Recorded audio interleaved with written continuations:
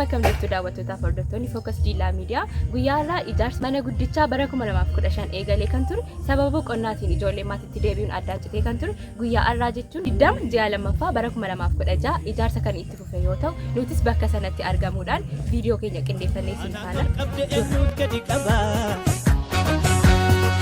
harka keetu irraa deebisa dabaa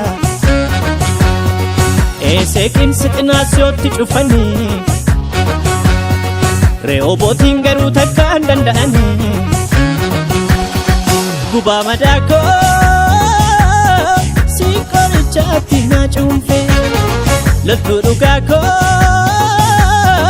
nyaattuu situu narraa oofee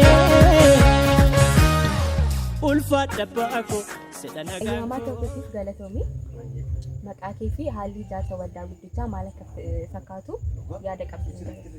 Maqaan koo Abarraash Mallisiin jedhama. Ijaarsi bara darbe jalqabe bara kana immoo haala gaariidhaan kunoo waaqayyo nu gargaarii jalqabneerra ijaarsa isa bara 2015 jalqabame sanatti fufsiisaa jirra. Tole Abarraa haalli ijaarsa yeroo darbee fi sammaa akkamii kamtu caalaa ariitiin deemamaa jira kan jedhu yaada qabdu. Haalli ijaarsa bara darbee haala gaariidhaan jalqabamee ture. Sababa bara darbee jalqabeef jecha hirmaannaan ijoollee illee baay'ee namatti tola ture. Bara kana immoo reef jalqabaa jirra waan ta'eef ariitiin isaa samma kana jennee dubbachuu hin dandeenyu garuu boodarra ilaallee haala gaariidhaan deeman yaada. Tole mee wanti danqaa ta'u hin jiraata kan jettu yaadi tokko dha. Wanti danqaa ta'u ammaaf yaa'unatti mul'anne fuulduratti immoo ta'a jedhee kan hin yaadu haala qormaataa ijoolleen itti biizii ta'uu dandeessu jira. Kanaaf booda fuulduratti miidii faayinaalii jira. Akkasuma eebbifamtoonni illee qormaata egziit egzaamiitti deemaa jiru. Kun xiqqoosee danqaatee ijoollee kana daangeessuu danda'a yaada jedhuun qaba. Kanuma keessaan garuu hundi keenya iyyuu akkaataa nuuf danda'ameen hamma nuuf danda'ametti fokas harmee keenya gargaaruu qabna jedhee yaada. Baga nagaan dhuftee maqaa kee? Ishee baga nagaan nu eegdanii maqaan koo Dinqaa Daraaroon jedhama. Elektirikaalii waggaa 5ffaan baradha. Ishi galatoomii haala ijaarsaa irratti argamteetta mee akkamidha haalli ijaarsaa akkamittiin ilaala? Baay'ee namatti tola. Haalli ijaarsaa akkuma bara darbe jalqabame ammas haaluma gaarii ta'een itti fufaa jira. Egaa akkuma beekamu ijoolleen barattoonni Diillaa Yuunivarsiitii Fokas akkuma guyyaan irraa beeksifamee ture akka hojii jedhamee akka walitti qabamuu fi sanumarraa wal qabatee ijoolleen yaa'anii amma akkuma hundi keenya yoo argaa jirru hojiin haala gaariidhaan itti fufaa jira. Kana fakkaata jechuudha. Tole Dinqaa haala eebbifamtoota baranaa ta'uu keessatti ijoolleef yaada akkamii dabalta? Tole galatoomii haala bara kanaatiin akkuma beekamu egziitiin bara darbe kan jalqabee baranas ittuma fufaadha kan jiru. Kanarraa wal qabatee jiisonni bara kanaa yeroo isaan qaban yeroo inni dhuma bara kana qofa kan isaan qabanii.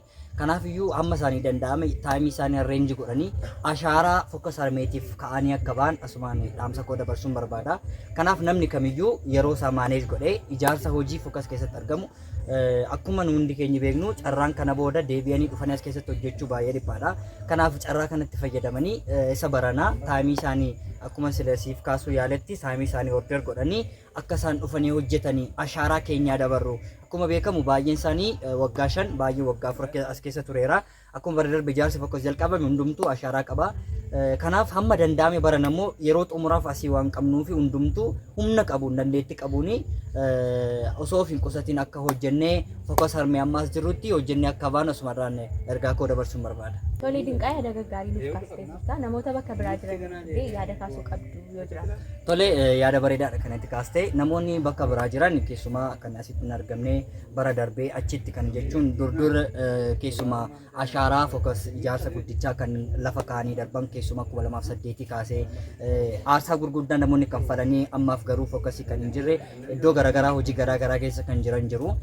Isaaniif dhaamsanii qabu hundumtuu qaamaan as dhufuu yoo dadhabaniyyuu qabeenya qabaniin kadhannaadhaan humna qabaniin akka isaan nu bukkee dhaabatanii ijaarsi akkuma isaan jalqabanii imaanaa kana nutti kennanii adeemanii nu immoo amma waaqayyo nu gargaara hojicha itti fufsiisaa jirra. Kanaaf isaan immoo isaanitti dabarsineerra jedhanii taa'uun qabanii iddoo jiran jiraatanii akka nu gargaaranii ijaarsi fokas ammas akkuma itti fufeetti jira isaanis akka nu wajjin ta'anii hojii kana hojjetanii hojiin kun hunduma keenya laallata. hunduma keenya waan ilaallatu focus harmeen adaraa isiniin jetti ijoolleen koo iddoo garaagaraatti facaatanii jirtanii adaraa keessan asumarraan koottaatii walii wajjiniin haa ijaarru jedhanii ijoolleen amma focus diilaa keessatti argaman akkasuma nuyi akka formal liidarii taanii as jirrutti akkasuma koreen tokkummaa bara kana jiranii hundumti isaaniiyyuu dhaamsa isaan dabarsaa jiranii namni kamiyyuu keessumaa miseensa focus kan ta'e hundumtuu iddoo jiru taa'ee humna qabuun waan tokko nuyi waan tuffannu hin qabnu ammuma dandeettii isaatiin namni kamiyyuu nu bukkee dhaabbatee ijaarsa jalqabame kan akka itti fufsiisu focus kan hin qabdu baajata kan biraa akka isheen hin qabnu hundumtuu beekamaadha. Kanaaf focus qabeenyi nuti focus qabdu namadha. Nama isheetii ijoollee isaanii ijoolleen focus iddoo gurguddaadha kan isaan gaanii kanaaf hundumtuu iddoo jiru taa'ee akka ijaarsa guddicha kana keessa harka qabaatu asumarraan ergaa koo dabarsuun barbaada.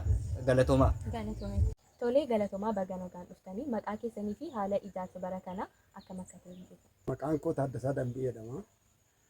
Isa abbaa fokosii sanii cinaa fokosii nama jirudha. Baga nagaa isinis mul'atan.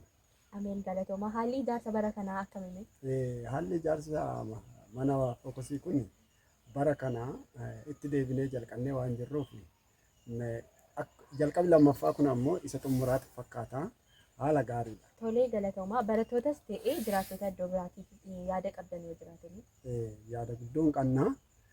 Ijaarsi fokosii ammoo yaa'u dhaloota fokosiitiin waa ijaaramuu fi kan jalqabameeru ammoo ijaarsa barattoota yuunivarsiitii Dillaa filooshippii barattoota afaan Oromootiin waan ta'eef garuu warrooti waldaa kana deeggaruu qabdanuuf ijaarsa kana deeggaruu qabdan ogummaa keessaniis ta'ee humna keessaniis ta'ee qabeenya keessaniis ta'ee inni ijaaramu kun ammoo yoo humna keenyaa fi qabeenya keenyaan ta'e malee ijaaramuu waan hin dandeenyeef warrooti dhiyoo jirtanuuf warrooti fagoo jirtanu kan sagalee keenya kana dhageettanu akkasuma ijaarsi irra deebi'ee jalqabame kana ilaaltan amma dhaabbattanii ilaaluun ta'e waan qabdan hundumaan sochoottanii ijaarsa kana akka xumurtan fokosi ka eeggataa jirtu yaa'u miseensuma fokosiiti malee kan hin qabdu garuu warri fagoo jirtanus warri dhiyoo jirtanus warri oguu qabdan warri akkasuma ammoo waa adda addaatiin deeggaruu dandeettan ariifattanii akka nu dhaqqabdan ijaarsi haala bareedaan jalqabeera jalqabi kun ammoo kan xumuraati malee namuu kan itti jennu.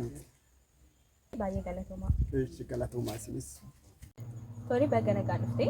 Tolee baga nagaa dhuftee. Maqaa kee? Jiraataa Nagaasan jedhama. Mee haala barattoonni ijaarsa manaa irratti gochuu qabanii hirmaannaa isaanii gochuu qabanii yaada keetii ni dabarsite. Yaadamma jiru kun ijaarsi akkuma kanaan dura jalqabeetti ammallee fufee jira. Ijaarsi kun kan adda citee miti jechuudha. Sababa kanaaf namooti mooraa keessa jiran barattoota akka keenya kan taane jechuudha. Ijaarsa kana irratti baay'ee irratti hirmaachuu qabu. Yeroo isaan itti hojjechuu qaban yeroo isaanii ammoo qofa waan ta'eef ammuma ashaaraa keetanii yoo ba'an gaariidha. Bor utuu hin hojjetin hin bahe jechuurra amma hojjetanii ashaaraa kaa'atanii boriif abdii isaan ta'u waan isaan gammachiisu akka isaan hojjetan gamanumaan dhaamsa goota. Tolee jiraataa galatoomii namootni bakka biraa jiranii ijaarsa waldaa kana irratti deeggarsa maalii akka isaan gochuu qabanis yaadatu. Namooti iddoo biraa jiran fakkeenyaaf kanaan duras akkuma nu gargaaraa turanii ammallee tuffatanii akka isaan gargaarsa isaan duraan dhaabnee barbaanna. Sababiin isaa fokas baajata kan mataa isheetii homaayyuu hin qabdu. Kan isheen qabdu barattootuma isheeti kan isheen qabdu. Sababa kanaaf namooti bakka irra jiran iddoo garaagaraa jiran akkuma kanaan dura maallaqaan yaadaan kadhannaadhaan nu deeggaraa turan ammallee tuffatanii yaada isaaniitiin maallaqa isaaniitiin wantoota gargaartee akka isaan nu deeggaraniin dhaamsa qabu. Egaan hordoftoota keenya qophiin keenya guyyaa har'aa kana fakkaata ture. Sagantaa kana qindeessee kan isiniif qopheesse gartuu miidiyaa Focus Diilaati. Sagaleen isaa maal dadhabaa? Naqabaa tooftaa qabaa. Sagaleen isaa maal dadhabaa? Naqabaa aangoo qabaa. Sagaleen isaa maal dadhabaa?